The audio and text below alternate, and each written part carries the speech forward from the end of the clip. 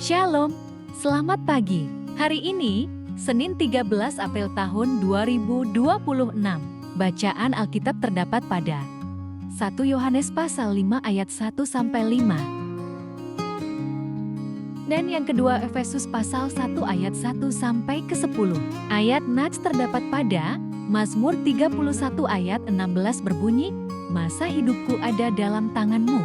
Dan yang kedua, Efesus 5 ayat 15 berbunyi, "Perhatikanlah dengan saksama, bagaimana kamu hidup. Janganlah seperti orang bebal, tetapi seperti orang arif." Renungan berjudul, Masa Hidupku. Setiap orang memiliki waktu hidup yang terbatas. Ada yang meninggal dunia dalam usia muda, namun ada juga yang meninggal dalam usia tua. Kita tidak tahu berapa panjang hari-hari kita, tetapi kita tahu satu hal yang pasti, yaitu masa hidup kita ada di dalam tangan Tuhan. Pemazmur menyadari bahwa hidupnya bukan miliknya sendiri.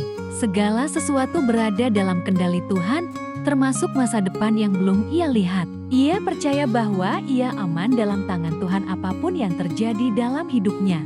Kesadaran ini seharusnya membawa kita pada dua sikap, yaitu percaya dan bertanggung jawab. Ketika kita tahu bahwa masa hidup kita ada di tangan Tuhan, kita tidak perlu hidup dalam ketakutan berlebihan. Kita tidak harus mengendalikan segalanya. Kita percaya bahwa ada Tuhan yang memegang hidup kita dengan setia.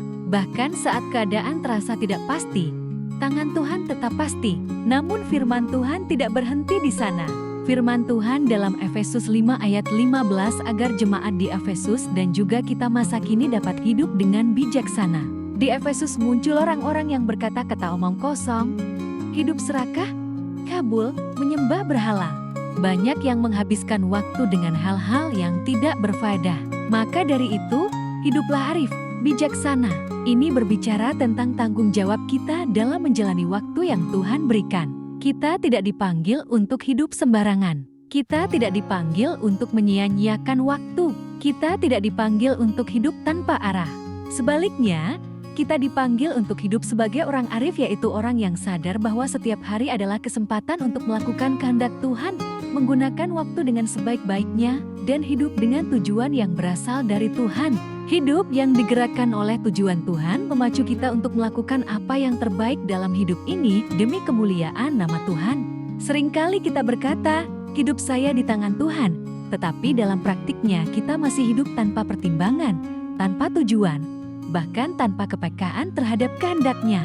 Firman hari ini menegur sekaligus mengarahkan kita, jika hidup ini milik Tuhan, maka jalani hidup ini dengan cara Tuhan. Jalani hidup sesuai dengan kehendak Tuhan. Mari bertanya pada diri sendiri, apakah saya menggunakan waktu dengan bijaksana atau justru menyia-nyiakannya? Apa yang perlu saya ubah hari ini agar hidup saya lebih berkenan di hadapan Tuhan? Doa. Tuhan, kami percaya bahwa masa hidupku ada di dalam tangan-Mu. Ajarku untuk tidak hidup dalam ketakutan, tetapi dalam iman kepadamu. Pimpin kami agar setiap langkahku berkenan kepadamu. Amin.